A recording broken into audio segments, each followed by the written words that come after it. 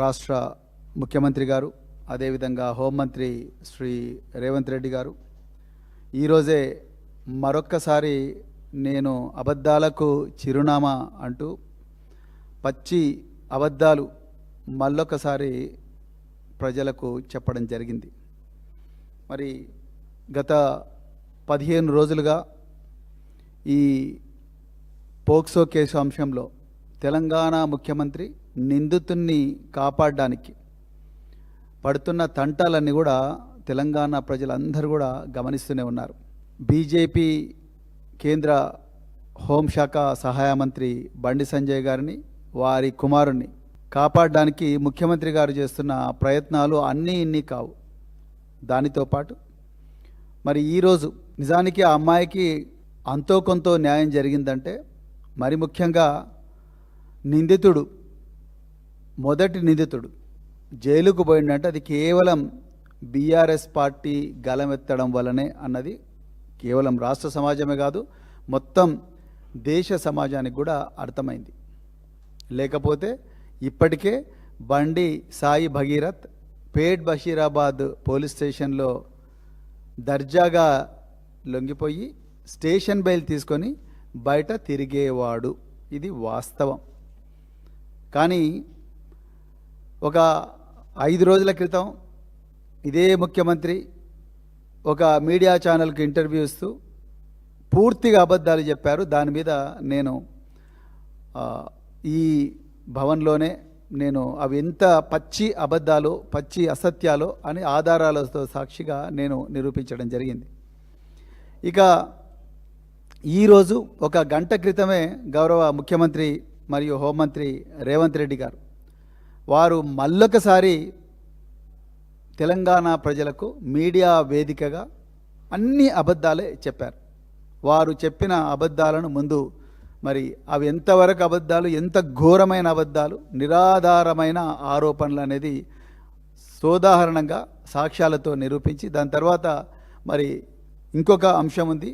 అదేంటంటే దీంట్లోనే ఇంకొక రెండవ అంశం ఉంది. ఆ రెండవ అంశం గురించి నేను మాట్లాడతాను. మొట్టమొదట మరి గౌరవ ముఖ్యమంత్రి రేవంత్ రెడ్డి గారు వారు బండి భగీరథ్ను ఈరోజు చెప్పారు. ఆయన బండి భగీరథ్ను మేము అరెస్ట్ చేశాం అని ఆయన అంటున్నారు. మరొక వైపు బండి సంజయ్ కుమార్ గారు అంటున్నారు, with utmost respect for the law and judiciary today my son Bandi Bhagirath went before Telangana police through our advocates for investigation అని చెప్పి, నేను ఒక బాధ్యతాయుతమైన మరి మంత్రిగా, రాజకీయ నాయకుడిగా నా కొడుకును నేనే పోలీసులకు సరెండర్ చేశాను మా అడ్వకేట్ల ద్వారా అని చెప్పి ఆయన చాలా క్లియర్గా ఆయన ట్వీట్ల మీద ట్వీట్లు పెడుతున్నాడు. దాని తర్వాత కూడా నిన్న కూడా బీజేపీ పార్టీ ఆఫీస్కు పోయి బండి సంజయ్ గారు అదే మాట చెప్పిండ్రు.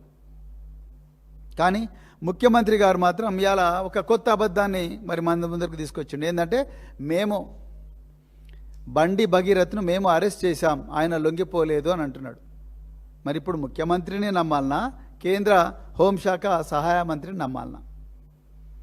ఇలా మరి సైబరాబాద్ పోలీస్ కమిషనర్ ఒక ప్రెస్ నోట్ రిలీజ్ చేశారు. ఆ ప్రెస్ నోట్లో మేము మరి ఈ బండి సాయి భగీరథ్ మీద 8వ తారీఖు నాడు కేసు అయింది. ఆ 8వ తారీఖు నాడు కేసు అయినప్పుడు మరి దాని తర్వాత ఒక పోక్సో సెక్షన్ల కింద కేసు రిజిస్టర్ చేసినాం. రిజిస్టర్ చేసిన తర్వాత రకరకాల బృందాలు ఎక్కడికి, కరీంనగర్కు, ఢిల్లీకి మరియు ఇతర ప్రాంతాలకు పోలీసు బృందాలను ఈ బండి సాయి భగీరథ్ను పట్టుకోవడానికి పంపించాము. అదేవిధంగా లుకౌట్ సర్క్యులర్ కూడా ఇష్యూ చేశాము అని చెప్తూనే ఆయన ఏమన్నాడు, ఈ ఎస్ఓటి టీము సైబరాబాదు మంచిరేవుల గ్రామం దగ్గర ఒక టెక్ పార్క్ అని ఉంటుందంట, ఆ టెక్ పార్క్ దగ్గర నార్సింగి పోలీస్ స్టేషన్ లిమిట్స్లో అరెస్ట్ చేశాము.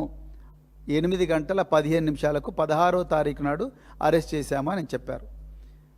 సైబరాబాద్ పోలీస్ కమిషనర్ గారు, నేను అడుగుతా ఉన్నా, ఒక వ్యక్తిని అరెస్ట్ చేస్తే ఆయన చుట్టూ ఉండేవాళ్ళు ఎస్ఓటి పోలీసులు ఉండాలి. ఎస్ఓటి పోలీసుల పహారాలో, లేకపోతే ఆలివ్ గ్రీన్ దుస్తులు వేసుకున్న కమాండోల పహారాలో, పోలీసు వాహనాల్లో ఆ నిందితుడిని పోలీస్ స్టేషన్కు తీసుకొచ్చి అక్కడి నుండి అరెస్ట్ కార్డు ఇష్యూ చేసి ఆ అరెస్ట్ కార్డు ఇష్యూ చేసిన తర్వాత ఆ నిందితుడిని మెజిస్ట్రేట్ ముందర డాక్టర్ దగ్గరికి తీసుకుపోయి ఆ డాక్టర్ దగ్గర తీసుకుపోయిన తర్వాత ఆయన మీద మెడికల్ టెస్టులు చేసి అప్పుడు మేజిస్ట్రేట్ దగ్గరికి తీసుకుపోతారు. అది పోలీస్ మాన్యువల్ చెప్తా ఉన్నది. మరి నిజంగా ఈ నిందితుడిని మీరు అప్పా దగ్గర నాకాబందీ అని అన్నారు గౌరవ ముఖ్యమంత్రి గారు. ఈరోజు నాకాబందీ ఏర్పాటు చేసి ఆ నిందితుడిని మేము అరెస్టు చేశాము అని అంటున్నారు కదా. నాకాబందీ ఏర్పాటు చేసినప్పుడు ఆ నాకాబందీలో ఉండవలసిన వాళ్ళు పోలీసులు, సాధారణ దుస్తుల్లో ఉండే పోలీసులు, మీరు ఎస్ఓటి అయితే, లేకపోతే మరి ఆలివ్ గ్రీన్ యూనిఫామ్ వేసుకున్న కమాండోలు ఉండాలి, జంగిల్ ప్యాచెస్ వేసుకున్న కమాండోలు ఉండాలి, లేకపోతే సాయుధులైన పోలీసులు ఉండాలి, కాకి దుస్తులు వేసుకున్న పోలీసులు ఉండాలి, పోలీసు వాహనాల్లో పోవాలి. మరి ఇది చూడండి, ఇది బండి సాయి భగీరథ్ అరెస్ట్ అయిన రోజు పేట్ బషీరాబాద్ పోలీస్ స్టేషన్ ఎదురుగా ఆయన మాస్క్ పెట్టుకొని ఇద్దరు అడ్వకేట్ల పహారాలో పేట్ బషీరాబాద్ పోలీస్ స్టేషన్ పోతున్నాడు. మీకు ఎవరికైనా పోలీసు దుస్తులు ఉన్న వ్యక్తులు కానీ కమాండోలు కానీ సాయుధులైన పోలీసులు ఎవరైనా కనిపిస్తున్నారా? మొట్టమొదటి అబద్ధం రేవంత్ రెడ్డి గారు. మీ రాజకీయ చరిత్ర అంతా అబద్ధాలు. మీరు ముఖ్యమంత్రి రాకముందు కూడా అబద్ధాలు చెప్పే అధికారంలోకి వచ్చారు. మళ్ళీ ఇప్పుడు కూడా అధికారంలోకి వచ్చి కూడా ప్రతిరోజు కూడా అబద్ధాలు చెప్పండి. మీకు అన్నం కూడా అరుగుతలేదు. ఇది వాస్తవం. ఇగో ఇది అబద్ధం, మొట్టమొదటి అబద్ధం. మీరు నాకాబందీ చేయలేదు. నాకాబందీ చేస్తే ఈయన చుట్టూ ఉండాల్సింది పోలీసులు. బండి సాయి భగీరథ్ పక్కన ఇద్దరు ఎవరున్నారు? లాయర్లు ఉన్నారు, బీజేపీ లాయర్లు ఉన్నారు. మరి మీ పోలీసులు ఎక్కడున్నారు? ఆయన మాస్క్ పెట్టుకొని కనిపిస్తున్నాడు. మీరు నాకాబందీ చేసినామంటున్నారు. ఒకవైపు ఏమో కేంద్ర హోంశాఖ సహాయ మంత్రి ఆయన ట్వీట్ల మీద ట్వీట్లు చేస్తున్నాడు. నేను నా కొడుకును నేనే అప్పగించిన పోలీసులకు అని చెప్తున్నారు. మీరేమో నాకాబందీ అంటున్నారు. ఎవరి చెవుల పూలు పెడుతున్నారు రేవంత్ రెడ్డి గారు? మీరు మళ్ళా నన్ను, కేటీఆర్ గారిని, మిగతా నాయకులను ఇష్టం వచ్చినట్టు మాట్లాడుతూ ఉన్నారు. కేటీఆర్ గారికి బండి సంజయ్కి ఏదైనా పంచాయతీ ఉంటే వాళ్ళు తేల్చుకోవాలి, కానీ ఇక్కడ అనవసరంగా ఈ మైనర్ బాలిక విషయంలో రాజకీయాలు ఎందుకు అంటారు. ఇక ప్రవీణ్ కుమార్కు ఆయన ఉద్యోగం పైన తహసీల్దార్ అంటున్నారు. అయ్యా, నా ఉద్యోగం పోలేదు రేవంత్ రెడ్డి గారు, నేనే ఉద్యోగం వదులుకున్నా మీలాంటి వాళ్ళ భర్తం పట్టనికే. ప్రజాక్షేత్రంలోకి వచ్చింది మీరు చేస్తున్న దుర్మార్గాలు, మీరు ప్రజల పట్ల వ్యవహరిస్తున్న తీరు, ప్రజల మీద చేస్తున్న అన్ని దౌర్జన్యాలు, ప్రజలకు చేస్తున్న అన్యాయం, మహిళలు మైనర్ బాలికలతో సహా ఇలాంటి వాళ్ళను మీ నుండి రక్షించనికే ఇవాళ మళ్ళీ మేము పోలీసు అవసరం ఎత్తాల్సిన పరిస్థితి వచ్చింది. లేకపోతే రిటైర్ అయిన తర్వాత ఎవరు కూడా మళ్ళీ పోలీసు ఉద్యోగం జోలికి పోవాలని అనుకోరు రేవంత్ రెడ్డి గారు.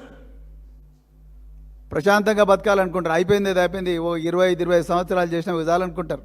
మీరు మళ్ళీ అదే మాట అంటారు. ఆయన మళ్ళీ ఇన్వెస్టిగేషన్ చేయాలని చూస్తున్నాడు. నేను ఇన్వెస్టిగేషన్ చేయాలని నేను ఎప్పుడు అనుకోలేదు. కానీ మీరు ఇన్వెస్టిగేషన్ చేయనందువల్లనే, మీరు ప్రజలకు న్యాయం చేయకపోవడం వల్లనే, మీరు హోంమంత్రిగా ఉండి పోలీస్ స్టేషన్కి వచ్చిన మైనర్ బాలికలు వాళ్ళ తల్లిదండ్రులకు మీరు న్యాయం చేయలేకపోవడం వల్లనే ఈరోజు మేము ప్రజల తరపున మళ్ళొకసారి పోలీసులకు వాళ్ళ బాధ్యత గుర్తు చేసే పని మాత్రమే చేస్తున్నాం.